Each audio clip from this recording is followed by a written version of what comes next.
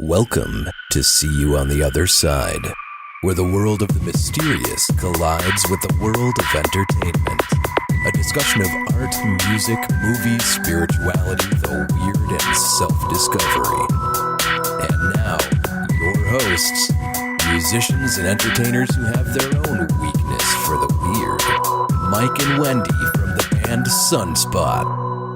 Oh, Wendy. Today we get to talk about one of my absolute favorite subjects. Oh boy, I can't wait. What's that, Mike? Sex demons. Oh, That's an right. interesting one for sure. Yeah, no. It's not every day that you get to really go in depth on something just so close to your heart as sex demons are to mine. No, we've talked about sex demons before, specifically the idea of the old hag syndrome. Yes. So we've talked about succubi before, and the idea that people wake up in the middle of the night and they feel a pressure on their chest. And then they can't move, and some people see what looks like a scary woman sitting over them. It's always a fun way to be woken up. Okay, so the Gray brothers, who we interviewed in episode 59, Adam Gray, he was his life changed so much by this old hag feeling that he got in the middle of the night. He woke up in the middle of the night and said he saw this woman like in a hood over him, and this pressure in his chest, and he was paralyzed and he couldn't move. And he made a movie about it. They traveled around the world and interviewed different people about the old hag syndrome in different cultures because that happened to him. Now, Wendy, have you ever woke up in the middle of the night with an old lady on top of you? Thankfully I can say that I have not. Okay. Now, I have, but that wasn't a succubus. That was just a bad choice. Oh, gosh. All right. No, but really, I have had the thing where I felt pressure, and I've had, like strange, like waking up and you feel like something's on top of you and you're paralyzed. Oh, man. Scary. Yeah, I mean, I pretty much now know that that's like a nightmare when it's happening. So That's good. It's only happened a couple of times. But the last time it happened, I was like, all right, this is just a nightmare. Chill out. And I've never had the old woman, though. I've never had the old hag that other people have had. Have you had human-looking creatures or? No, I had the Greys. Oh. So I was dreaming about the Greys. Oh, no. Yeah, so that's what some people would say that's not a dream. Yeah, I would not say. Some people would be like, no, you were abducted. I'd prefer to think of it like a bad dream, so we're going to keep it like that.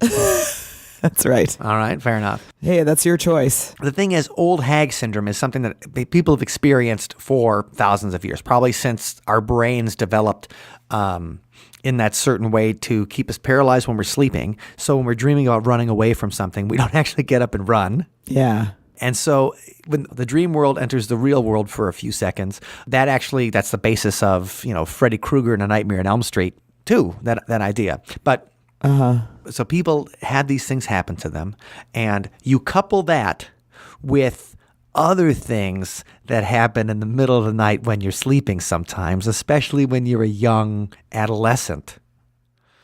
Oh dear. Sometimes things happen where the dreams may be, moist.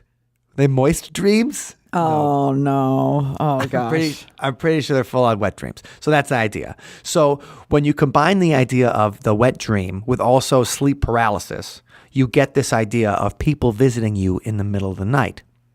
And then in the biblical tradition, you take the Abrahamic religions. So the Abrahamic religions are Christianity, Judaism, and Islam, because they all share the common ancestor of Abraham.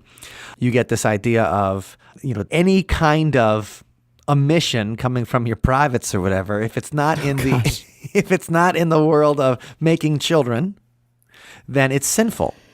And there's that whole thing in Leviticus that talks about when you touch yourself, God hates you.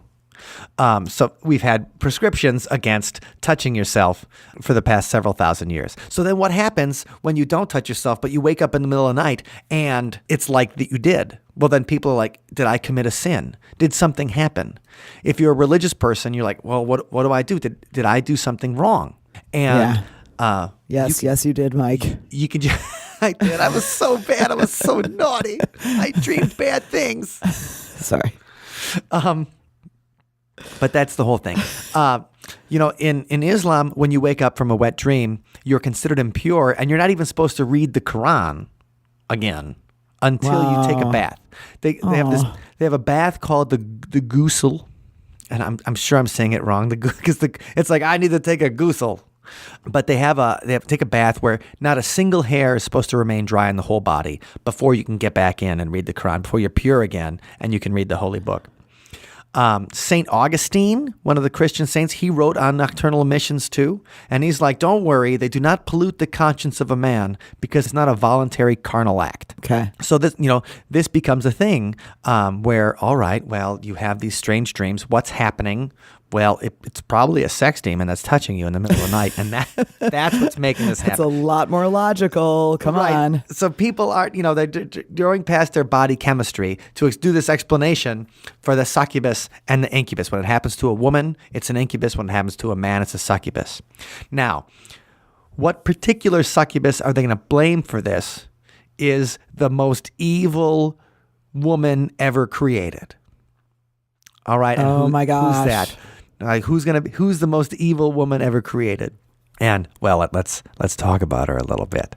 When we go back to the rabbis in medieval Judaism, they're trying to figure out now. There's 2 stories of creation in Genesis. Okay, in the first account of creation, in the first book of Genesis, it says that God makes man and woman simultaneously. The text reads, "So God created mankind in the divine image, male and female, God created them." So that's the first version. In the second book of Genesis, it talks about the Garden of Eden. God creates Adam, and then he creates animals, and he brings all the animals up to Adam and says, like, who will be a suitable helper for Adam? Okay? And then God's like, well, none of these animals are going to be a suit. Like, imagine he brings up like a zebra, and Adam's like, well, it's not really attracted to the zebra. And then, he brings up a turtle, and like Adam's like, well, the turtle's not going to wash my dishes. Okay. Oh, man. Right. Ouch. Then, so God says none of these guys are suitable helpers. God puts Adam to sleep, rips out his rib, and makes Eve. And then when he wakes up, Eve's there, and the rest of the story. Right. But so the rabbis were trying to think about, okay, we got these 2 different versions, and the versions are supposedly written by Moses. Okay, the first 5 books of the Bible and the Old Testament, the Pentateuch, the Torah, the books that lay down the rules of the 10 Commandments, that lay down the rules of what you're supposed to do as a religious person. So did Moses make a mistake when he wrote Genesis, or how do we reconcile these 2 different versions, all right? Mm-hmm. When it says that God created both people at the same time. So if God made 2 people at the same time originally, and then made a companion for Adam later, then it just goes to thinking that Adam had a first wife. Right, had a starter wife. So that's the idea. So the rabbis are like, okay, you know what? Well, maybe Adam had a first wife, and then she was kicked out of the Garden of Eden, and so then God had to find a suitable companion for Adam, and that was Eve. All right. Huh. Okay. So that's the idea. So this idea of Adam's first wife isn't like they don't really talk about it in the Christian Bible that you read about, and they don't even talk about it in the Torah. This is all in rabbinical writings that come like way after the time of Moses and things like that. But and they do it to this day. When people write about religion, this is a thing over thousands of years, and mythology and folklore and everything gets developed. Yeah. So who could be Adam's first wife? Well, there had to be a reason that she was kicked out of the Garden of Eden, right? There had to be a reason that God created somebody to follow. So the idea here is they use this like Babylonian word Lilu or Lilitu, and in those myths, Lilitu, Lilin, that word Lila, those mean like female vampires, the succubi. The Ooh, female all right. Now we're getting good here. So they have that name in ancient Middle Eastern language, the Lila. That's kind of where they come from. And so even in the Bible, in the book of Isaiah, he talks about Adam and Eve being cast out from the Garden of Eden. And when he talks about that, he talks about this desolate wilderness where the demons go to. He's like, the demons and the devils and the Lillin will live in this wilderness. So that inspires this like medieval writer. This is like the 9th century or the 8th century. And this medieval writer is writing a like a religious satire. And in the religious satire, he's got this very wise Jewish guy named Ben Sirah, who has to go before the king Nebuchadnezzar. And Nebuchadnezzar was a conqueror of the Jews. And so he hears that there's this really wise Jew named Ben Sirah. So Nebuchadnezzar brings Ben Sirah to his court, and he makes him do several ordeals in order to prove how smart he is.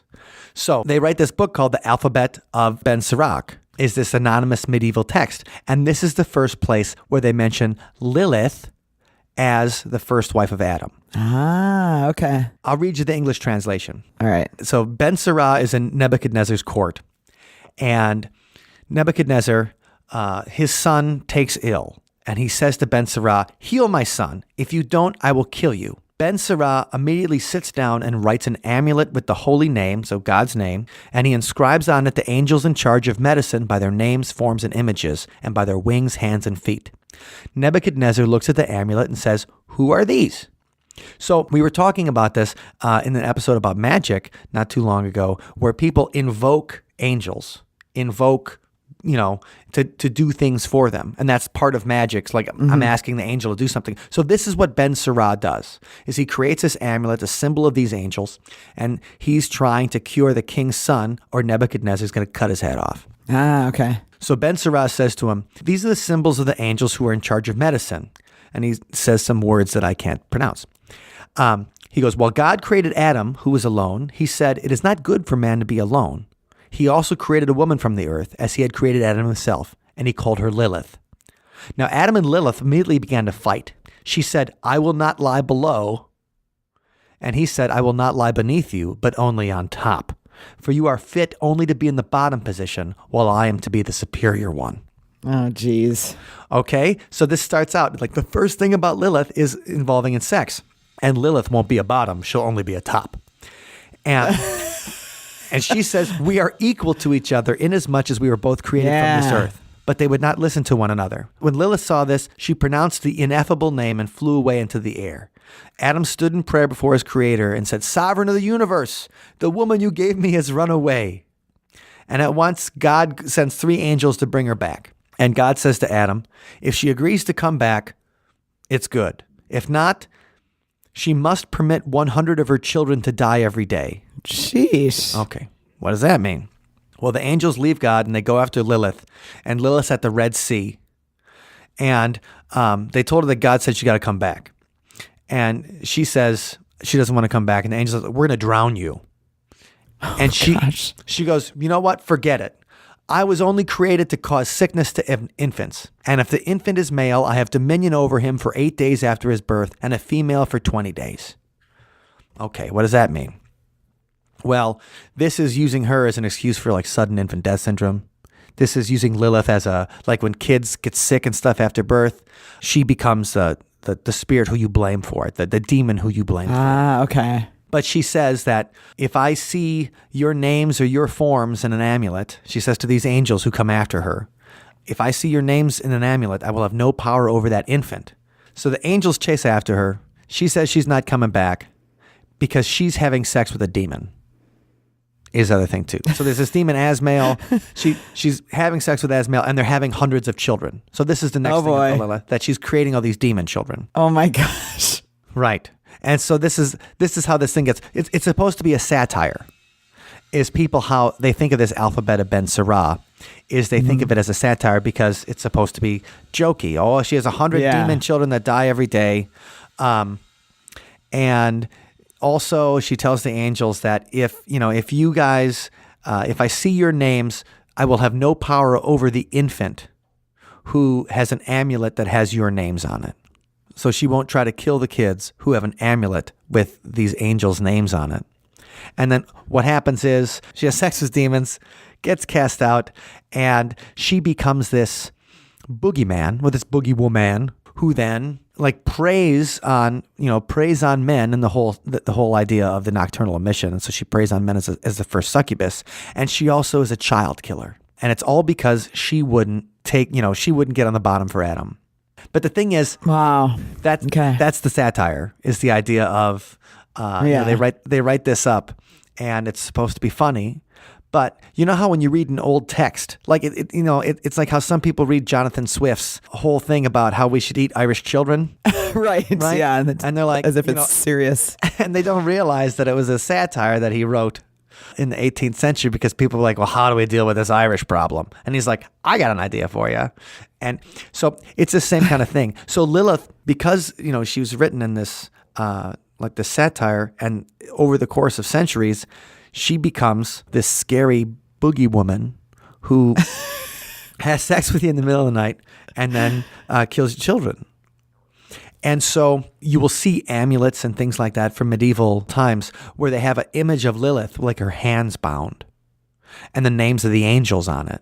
And the idea is if you kept that over your child's bed, in the chances of them dying in the first week were much less. Wow. And she becomes like a symbol that a lot of Christian painters use. Michelangelo paints her as like a half serpent. That Lilith is the one that tempts Eve with the apple underneath the tree of knowledge. Okay. And, she becomes a symbol of like, well, females seducing men, seduction, and leading men into bad. And it's the Middle Ages, so obviously they have very antiquated views towards women. And so she's a seductress. She's the one leading men astray and doing bad, making them do bad things. And in popular fiction, they treat her as like the world's first vampire. That, Lilith is the one who is the original vampire. The movie Bordello of Blood portrays Lilith as, the original vampire. Yes. That if you guys have seen, it's a Tales from the Crypt movie. It's the sequel to Demon Knight, and it's the only movie where Dennis Miller plays the lead. If that gives you any kind of idea, I think it's hilarious. Exceptional. It's right up my alley. But the thing is, Lilith has been used in popular culture, and I never even heard of her until I played this game called Vampire the Masquerade. And they talk about her as being one of the original vampires, like the mother of vampires in Vampire the Masquerade. So I never even knew who Lilith was. Well, I mean, you watched Cheers, right? Well, of course. Right. And Lilith is Frasier's first wife. And she is kind of a negative force in that show, right? Right. And, I even think that in Cheers, they even joke about how the fact that she is like the Lilith demon. That's funny. I think there's a particular episode where they joke about it. And so the idea was that a lot of Jewish people would get that, she's supposed to be this she-bitch or whatever, this character that Bebe Neuwirth plays. But I never got that. Yeah, I didn't either at the time, but now, of course, with all makes of my total sense. New Lilith. And then also Lilith Fair. Mm-hmm. The female music festival that's taking and empowering women with this. Interestingly enough, it's James Joyce, the author of Ulysses, this Irish author of Ulysses. He kind of, in his writing, he portrays Lilith as less of a succubus, less of a temptress, less of a, but keeps the whole baby killing thing in mind, because he calls her the patron of abortions. Oh, interesting. All right. So that kind of pushes her into a feminist philosophy. I'll say, as abortion starts entering the social world of feminism in the 20th century, and that independent women, the idea was make the choice for themselves, things like that. So Lilith as the baby killer. I mean, it's obviously whenever we talk about something like this, it's the minefield stepping. But politics aside, James Joyce. Yeah. Kind of turns her into a feminist icon because this idea of we have the power over ourselves. So that's it's the title of a Jewish women's magazine called Lilith. And she becomes a topic for feminist writers because it's a reevaluation of how people treated this succubus, in the middle of the night. And with the Lilith Fair, Sarah McLachlan created that, this idea of it's featuring women in this tour. That because like 1997, even in music, they called it the year of the woman. Like, remember that, what was the song Bitch? Oh, yeah, that's right. Was the big song. What, Meredith Brooks? Meredith Brooks did the song Bitch. And I think I covered that one time when we were all doing acoustic songs. Like, we had to pick a song, and that's the one I picked. Oh, yeah, that's right. It's a catchy song. It's a great song. There was that. There was that Paula Cole song that eventually became the Dawson's Creek song. I don't want to wait. Right. And this whole thing about this of women doing, like, sisters are doing it for themselves. Kind of idea. And that's the idea behind the Lilith Fair.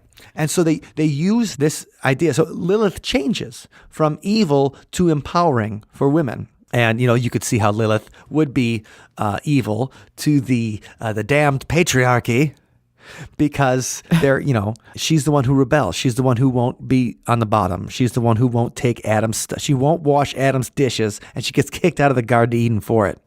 And and you would say, I think a woman today would rather live independently than under the thumb of her husband. And so they've used Lilith. I mean, besides Bordello of Blood, they used her in the movie the sequel to the movie 30 Days of Night. She's a vampire. She's like in charge. Lilith is there. It's the same idea of the original vampire. Don't watch the sequel to 30 Days of Night because you're wasting your life. So I watched it. I watched it for you. So, don't bother. Okay.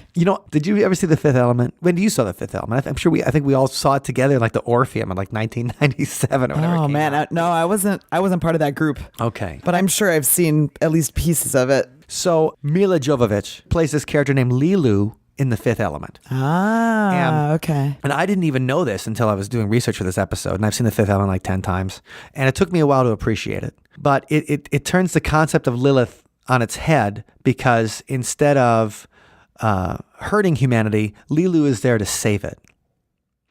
And she's born speaking Aramaic, which is an ancient biblical language.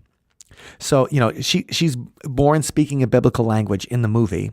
And the idea is that she's the original woman, the first wife of Adam, and instead of being the one who destroys humanity and tries to kill and, has sex with demons and tries to kill babies, she saves humanity at the end. Okay. So the Fifth Element actually inverts the myth of Lilith. And I never realized that. So that was an exciting thing to find out. Fascinating. In True Blood, Lilith is the first vampire in the TV show True Blood and the book series, which I haven't. It's still on my list to see, so I hope I didn't spoil it. And then a whole bunch of video games she appears in. There's a book series, the Hellhound Chronicles. Lilith's the bad guy in there, and I've read those. The bad gal. The bad. I'm sorry, you're right. The bad gal in there. in Lolita, Nabokov's book about a older guy who lusts after a younger girl because when he was a kid, he fell in love with a girl who died, who was young. And so the idea is that he's always in love with this vision of the girl he loved when he was a kid. But he's also this Humbert in Lolita is a total just sicko perv. Mm-hmm. But he even says of himself in the book that he's perfectly capable of intercourse with Eve, but it was Lilith that he longed for. Oh, scandalous. Right. This idea that he was attracted to someone who would eventually hurt him. I see. So, I mean, from Supernatural to The Fifth Element to, Vampire the Masquerade role-playing game to Nabokov, she's even in The Sandman, so Neil Gaiman's work. She's everywhere. Right. Lilith is absolutely everywhere. So the latest place that she is in the new movie Porno. All right. It's right there. That just sounds weird. But the title of the movie is called Porno. Right. It is not a porno film. It is the film Porno. There you go. Okay. And so we got to interview the director, the cast and crew, and the writers at the 2019 South by Southwest Film Festival. So we were there at the premiere, and we got to interview the people involved in the movie, and just a little setup for it. It's a horror comedy, so it's like in the Evil Dead, Bordello of Blood kind of vein, and it's about these teenagers who work at a local theater, and it's in a very Christian town, and they discover an old film. And so parts of the movie are film within a film, and we'll talk about that in the interview. But so what happens is when they play the old film hidden in the basement, they unleash the succubus who then proceeds to give them a sex education. She does her thing. This is right from the promotional materials. They unleash an alluring succubus who gives them a sex education, written in blood. Ooh, yes. All right. So here are we speak with director Keola Rosella, writers Matt Black and Lawrence Vanicelli, and then we also talk with Evan Davies, Caitlin Pierce, who plays Lillith in the movie, Larry Saperstein, who plays Todd, Glenn Stott, who plays Ricky, and Robbie Tan, who plays Heavy Metal Jeff. Whole party of people. Yes, it is a party of people. So the audio here is going to be like a room kind of audio, and we speak with the actors and directors and writers of the new movie Porno, and this is Wendy and I live on location from South by Southwest Film Festival 2019. So we're talking to the cast and crew of the movie Porno, a horror comedy, and it has grand premiere at South by Southwest. All right, well, let's start out with asking you, sex demons in a movie theater.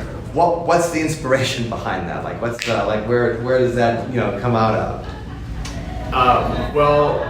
We came across an article about an experiment in the 70s in England where they would go into porn theaters and have someone dress up like a ghoul and like run down the hall like this to see if anyone would notice, and almost no one did because they were so just whatever. So we had this sort of idea of like, a haunted porno theater would be a really fun thing. And then we kind of had this idea of like, well, what if it was like a Stand By Me kind of adventure? And that was the sort of very, very early sort of idea, and then it really, I would say that idea really, this is Matt, he's the other writer.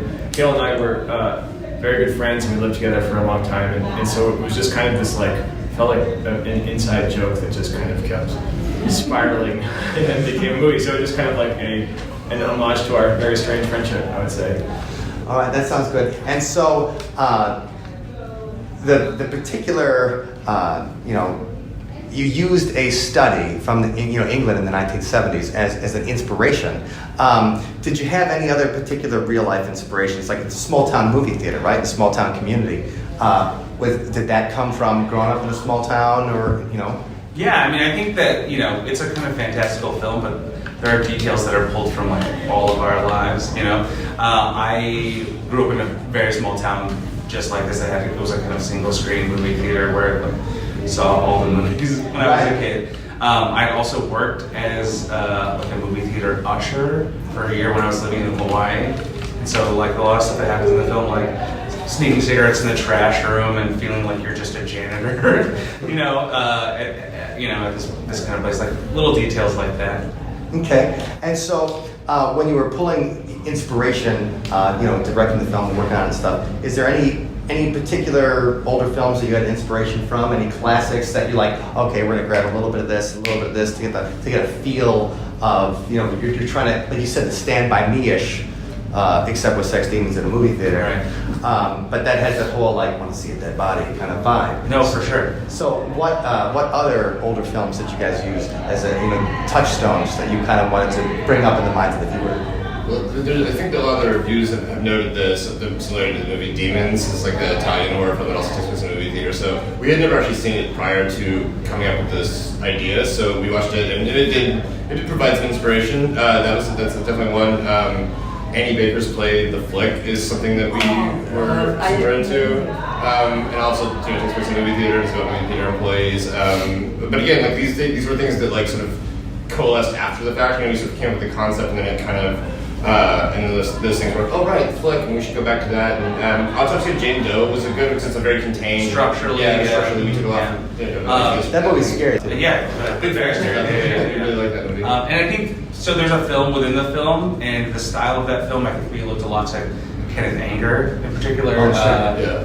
What's it? The Invocation? No. Invocation of My Demon Brother, I think is the one. Invocation of My Demon Brother. The other one is, Inauguration of the Pleasure Dome. Inauguration of the Pleasure Dome, right? Yeah. So like these kind of like very experimental, sometimes Satanist, like queer films from I think 50s, 60s, 70s. Yeah, they were actually like friends with Aleister Crowley and was it Aleister Crowley? Definitely Jack Parsons and some of those other Satanists, actual Satanists in those movies. Yeah. We love Satanists. So it was an art film Satanism hybrid. So, did anything weird happen on the set when you guys were like you're talking about things Like haunted?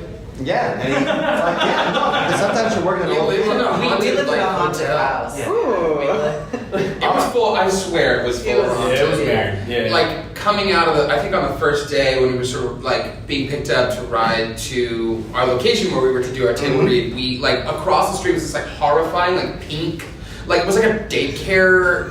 It was like a house, like a pink porch, and everything was pink. And it had like this like one of these creepy like horses on springs on the front porch. Yeah. It was just very like, is this a joke? Like, are we? Was it just a daycare? It was so much home/daycare. And we were we were filming in Greenport, Long Island, which is a summer beach town. We were filming there in October, November, so it was empty. Yeah, and so like there were a couple of restaurants that stayed open specifically for us so that we could eat dinner, and like that was it. So like that on its own was just like eerie and creepy. It's like 5-6 actors come from New York to make a horror movie. Right, so it doesn't even have to be a method then, right? Like we were all scared. We were on edge the whole time. Everybody in the town knew about the movie. Like I would go to like the gym deli or somewhere. coffee shop. Someone would be like, "Yeah, I heard you guys were down there, like making them." Yeah. Sort of creepily aware. Yeah. Everyone was very focused on it in a weird way. And well, that's awesome. So it had a kind of a lonely vibe when you were filming there and stuff like that.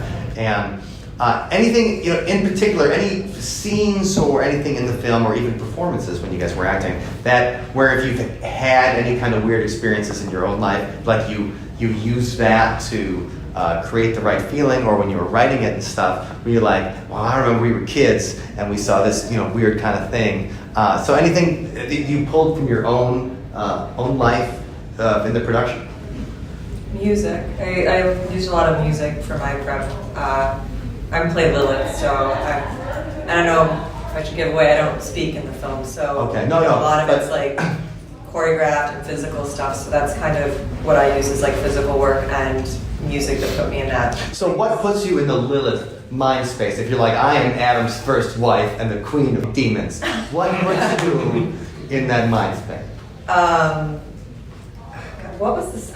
The song I auditioned with, the Portishead song. That kind of I can't remember the name of that song right now. I think it's Only You or something. Yeah, or no, it's Box. Glory Box. Glory Box. Yeah. That was like one of my go-to songs before any kind of, and also just the makeup and stuff, like when you're in that, and I don't know, yeah. And there's the set itself too. I'm sorry, like the smoke, the dark eeriness, like it kind of all lended itself to falling into that pretty. One of the things that I think really helped me, and what that I really love about the movie is it's not overt and it's not like a super strong message, but there's a lot about repressiveness, especially in sexuality in young people. And I feel like that was something that I could tap into because there's just so much shame around sexuality and so much shame about acknowledging certain aspects of sexuality, and the film has that in spades, and playing all these characters really have that going on for them, and that was something I felt very connected to, and even though it's a crazy movie and it has all these extreme things happen, there is a very strong undertone of something really meaningful in that way. To kind of piggyback on that, there was, and this is sort of, true to my life as well, which is that like there's a thing about this film, which is that terrible shit happens to pretty much everybody in the film, but it's through that they actually come to a greater understanding of who they are, or that horror or that terrible moment tears them free of something, right? And they're allowed to be suddenly who they are. They're changed, they're hurt, they're they've experienced something that is horrible, but it actually makes them move forward with their life in a freer way, and that. Sure, so it's like seeing your friend killed, but here's the upside. Yeah, absolutely. Yeah, exactly. In horror, there's so many tropes where women are punished for being sexual. Yes. And I feel like it flips it on its head and punishes people for being repressed until they aren't anymore. And like there's like a feminism in it. I feel like a lot of times these days feminists are covered, it's like if you're going to be a strong woman, you can't be a sexual woman. and like that's just and I don't know if it's because of patriarchal or whatever, and something that women have that men don't, but like, why not use your sexuality as a power tool and like own that, you know? And it's an interesting, you know, Sure. perspective for the film too.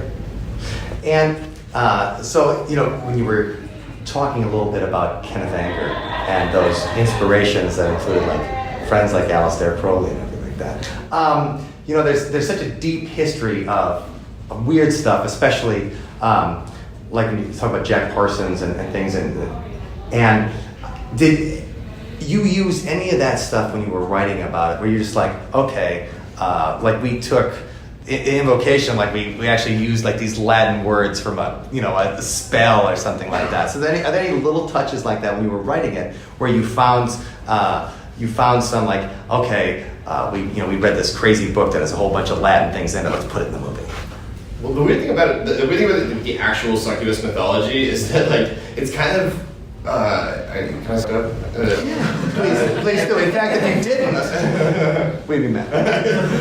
Because like basically the sort of it seems as though the idea of the succubus and incubus comes from the fact that monks were having nocturnal emissions in the nighttime, and so they blamed this demon that would come and steal their seed and impregnate, make these like demon creatures or whatever. I'm probably butchering some of it, but like basically like the actual mythology of it is kind of nonsensical and has this kind of bizarre history which we did not want to tap into. So it was a little bit like Evil Dead, where we were like, we're just going to create our own mythology and hopefully it makes sense. And then I think Kayla and Lawrence and I like drove ourselves absolutely insane one day, being like, wait a minute, okay, so what happens? What is the true form, and how do you conjure the true form? You need the knife and the bells. They can be arranged in a certain way. It's like, yes, but her true form is the demon form. But is she still the woman? Like, so we figured all that out one day, wrote it down, and then just never used it again.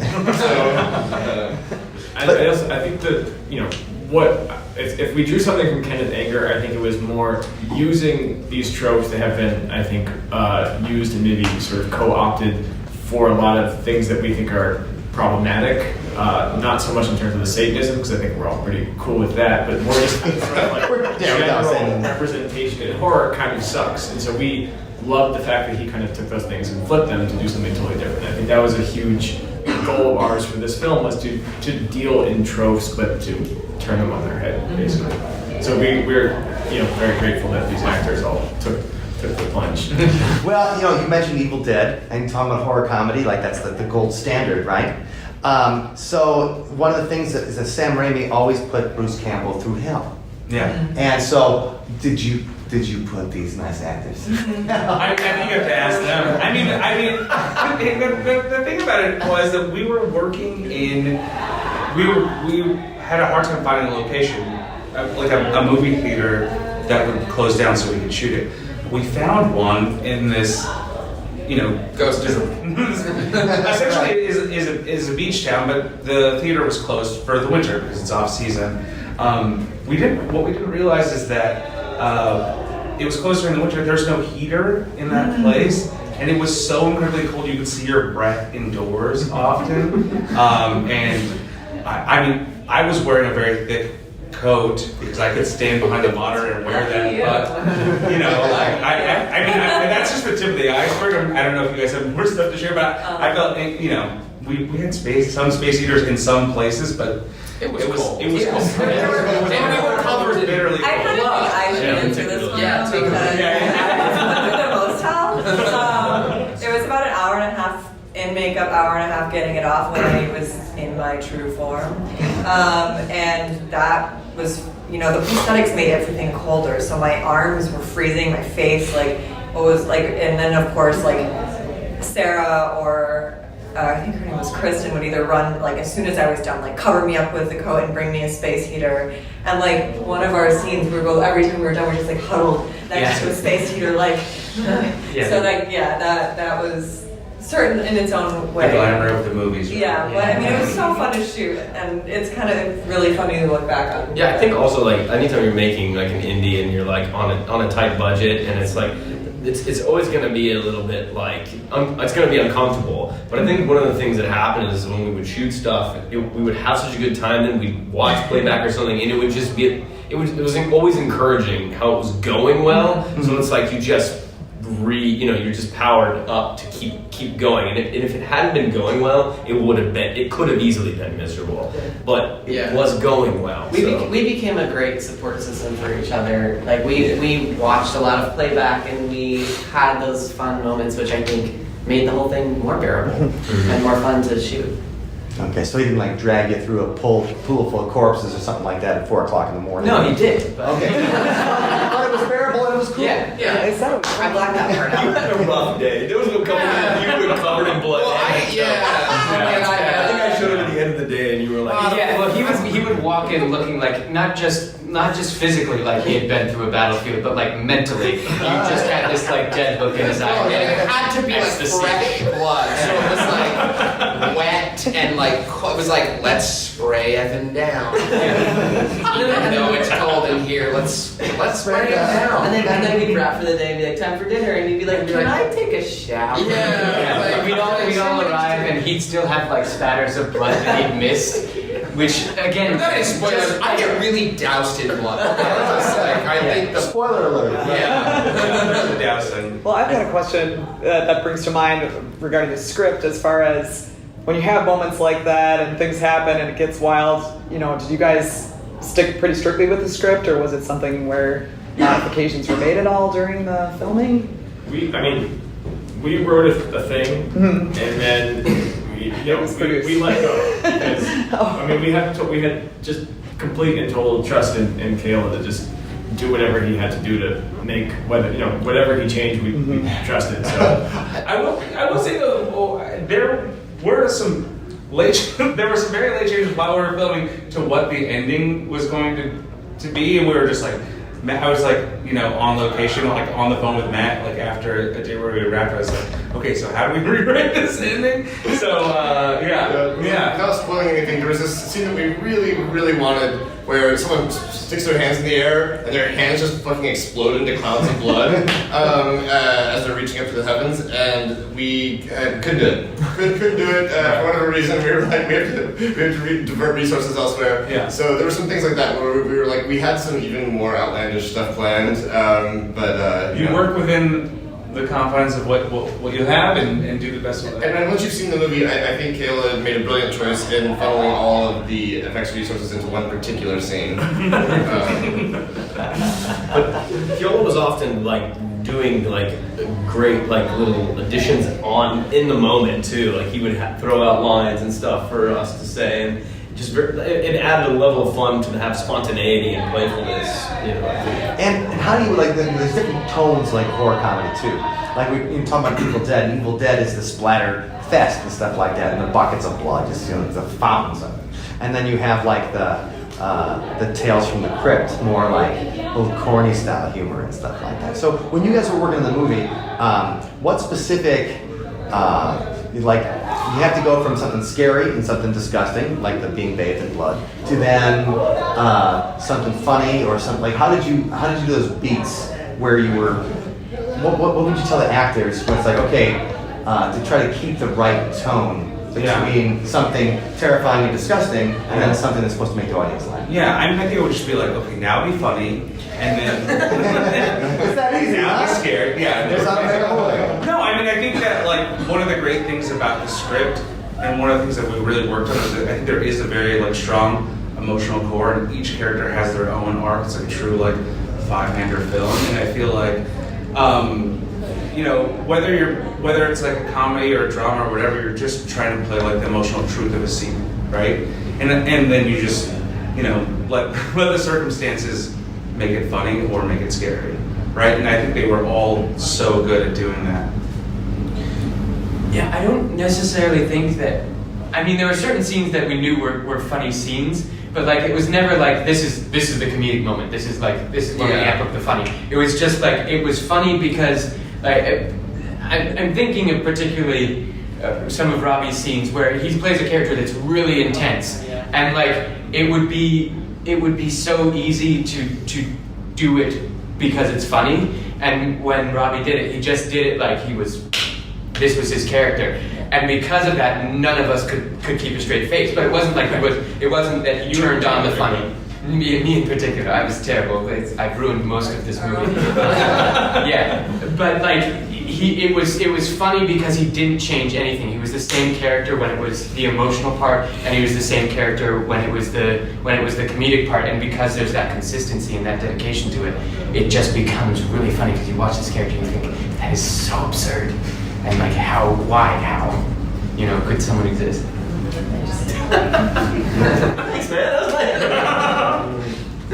You're fine. Well, thanks, dude. No, go ahead, Mike. So the town that you were in, I mean, kind of a ghost town while you were there. Did you? It's a really great place. Yeah. Shout out to Greenport, great place. Places like that often have, folklore and things. Did you hear anything about any, types of urban legends or things in that city while you were there at all? Or? I felt like I was going to get axe murdered a couple. I would go running at night, which is probably a bad idea. But like, it had that sort of vibe where it was like the pleasant town and everyone knows each other. But every once in a while, someone goes missing. And no one asks any questions. Yeah, it's one of those places where there's got to be something like under the road, like under the surface. Of the ground, there's like stuff. Like a burial ground or something. Yeah, something happening under. It's like Twin Peaks. Yeah. The perfect. Yeah, it was eerie. It was eerie being empty like that and being just like, I keep going back to that weird horse. It's like that's my across the street, and I joked, I was like, we're gonna wrap this and I'm gonna leave and I'm gonna look up and like this house will not be here. Like, oh, the house that burned down 10 years ago. It was also, you guys were saying, it was a house called the Gingerbread House. It had like a sinister name, as sinister as you can get. I feel like, so, it was weird. It was, No actual folklore, but we concocted it. We came up with some nice backstory. Well, we'll have to do the research so that we can find out if any of those feelings are related to anything. All right, well, let's see. No, I was thinking about that. Number one, now when anyone Googles you or something like that, porno will be the first thing they find. So that's great. But just to go down the list, what's everybody's favorite horror movie? Like, what's the horror movie that affected you the most? And so just start down here. I will say, I mean, the one that I just grew up watching so many times is The Lost Boys. Oh yeah, it's a classic. I've always hated about Santa Clara or whatever other goddamn vampire. I ended up going to school in UC Santa Cruz, which is what Santa Clara is based on. So The badass place. Yeah, exactly. Awesome. I'm terrified of horror, so I actually don't watch a lot of horror, so this is sort of ironic. But Cabin in the Woods, I guess, was the only one that I could get through with That's so fun. my sanity That's intact. a good pick. It's a good pick. I have so many, but I think my favorite movie growing up was Scream, the first one, and I will always, that was one of the ultimate game changers in horror, and will always be one of my favorite movies. I've seen it 20 times. Yeah, no, that's a fine pick. I will ridicule you if you don't have a good pick. You guys are doing great so far. I also wasn't a huge fan of the horror genre, so this is also kind of ironic for me. But this isn't horror, but I used to love watching the Scary Movie series, and then so because I would watch them and I wouldn't know anything about them, then I would research the movies that they were based on, and my favorite one was the one that was based on Scream. So Scream was also one of my favorites. Yeah. I'd say my favorite is Wes Craven's New Nightmare. I just think it's really fun that it's it's just so stupid. It's so meta. Yeah. And I think doing this movie sort of film within a film kind of thing, and fun, the hand is the props dude is on horror in a horror. It's just very weird. I just like it. All right, no, that's a fine pick. It's 2 points for this Okay, guy. 2 points. How many points does Leo? He named 2 films, but I don't know. But yeah. What are the names? The weigh-ins are okay. I grew up idolizing the Halloween movies. I think I saw the first one when I was 7, and me and my best friend idolized them to the point where actually the first ever acting that I did is we took his sister's 3-foot Barbie doll and made a movie in the style of Halloween, and the killer was the 3-foot Barbie. So I watched that. Somebody taped over it. No! It's really upsetting, man. I don't want to talk about it, but No, it's probably taped over with something like Jenny Jones. Yeah, it's something really. The guy that goes yeah. Well, I grew up watching Tales from the Crypt with my friends. That was a big one. And then when I got older and probably wanted to see more sophisticated, I would say maybe Don't Look Now. Yeah. All right, deep cut. Look, I beg to differ. I think that's I think that's a very mainstream choice. I do have a regular and a pretentious choice. The Texas Chainsaw Massacre, the original one, was the main thing that made me want to make horror movies and make movies in general. I saw it really stoned as a teenager, all by myself, and it was one of the most harrowing experiences of all time. I was like, this is amazing. I think it's actually one of the greatest films in the 70s in general. But the scariest movie I've ever seen is Cries and Whispers, the Bergman movie. It's the most disturbing film I've ever seen. And so, if I ever did it. And there you go. There's the pretentious. I was going to say, a Bergman film. Yes. All right, excellent. Hey, thanks a lot for your time. Thank you so much. Congratulations. So I don't believe Porno has a distributor yet. Okay, so we can't just go on Amazon and watch it yet. Not yet, but we will make sure we link as soon as it gets a distributor and it gets out there. We'll let you guys know where you can see it. But it's a lot of fun. The cast and crew were great. We want to thank them for their time. They gave us a lot more time than I thought they would. Yeah, they did. And everybody was very nice. Yeah, everybody was super nice, and we thank them for sharing their stories. And even though we were the only people there who were trying to get like haunted, like was the theater haunted, was the set haunted, what happened on set? Right. Like, everybody else was trying to get other things about it. We're like, what about Aleister Crowley? Yeah, they were probably a little confused by our line of questioning. Right, the actor. Maybe the writers were like, oh, that's kind of Yeah. cool, but the actors must have been like, what are they, Aleister? Who? But they really were great and nice people. You can see Caitlin Pierce, the sex demon Lillith. You can see her in some bigger shows. She's in Billions. She's been in Limitless and shows like that. So you'll be able to see that movie very soon. Of course, we'll link to it as soon as it comes out. But you can see the official trailer and the show notes at othersidepodcast.com/240. Now, for the song this week, we are talking about, the original Woman Scorned. The original Woman Scorned, right? Right. There were no women before. Yeah, that's true. She is the first woman to get really, really pissed off at her husband. So much so, she's going to go off and do it with a demon and then kill babies for the rest of eternity. That's pretty hardcore. Yeah, that is pretty hardcore. So we had to find our most bitter song and our most teed off track, I think, for this particular one that to go along with the story of Lilith and the movie Porno. And so this is when it's off our Loser of the Year album. And it's one of the songs where Ben, our guitar player, sings on it. And he gives it some real gusto. Yes. So if you want to check out our most bitter, angry Captain Ahab from Hell's Heart, I Stab at Thee song, you can find the link to our See You on the Other Side Spotify playlist, which features the song every week, and that's going to be at othersidepodcast.com/240, and you can link and listen to the track right on Spotify there. Now, if you're interested in getting MP3s and downloads of the songs of the week that we, create for every single episode of See You on the Other Side podcast, well, the place you can do that is our Patreon community. Yes. You can join our community by visiting othersidepodcast.com/donate, and it is a fun place to be, let me tell you. That's right. In fact, we have a hangout coming up this week, Mike. That's right. So we're going to be hanging out with everybody on Wednesday night at 7 p.m. Central Time. So that's the place where we hang out online and we drink beer and suck down wine and talk about our favorite...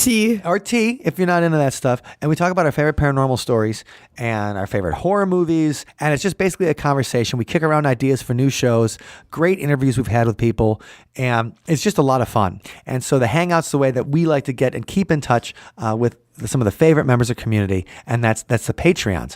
Also, we make sure that you guys get MP3s of the new songs as they come out and special access to our CDs and t-shirts and things like that. So fun merchandise that you're not going to get in other places.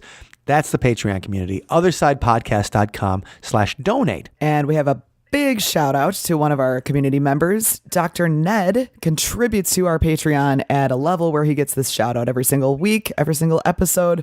And Ned, we really appreciate all the support that you give us. Thank you. Yeah, you're really helping us out, Ned, and all of our Patreons. You guys are helping us out. And so if you're interested, please check it out, othersidepodcast.com/donate. We're going to have another episode for you guys coming very soon.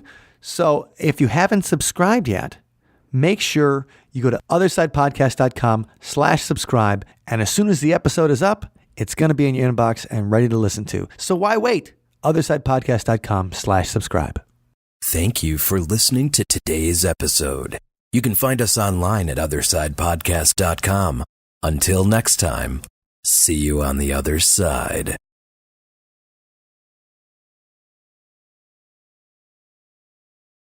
I was so bad. I was so naughty. I dreamed bad things.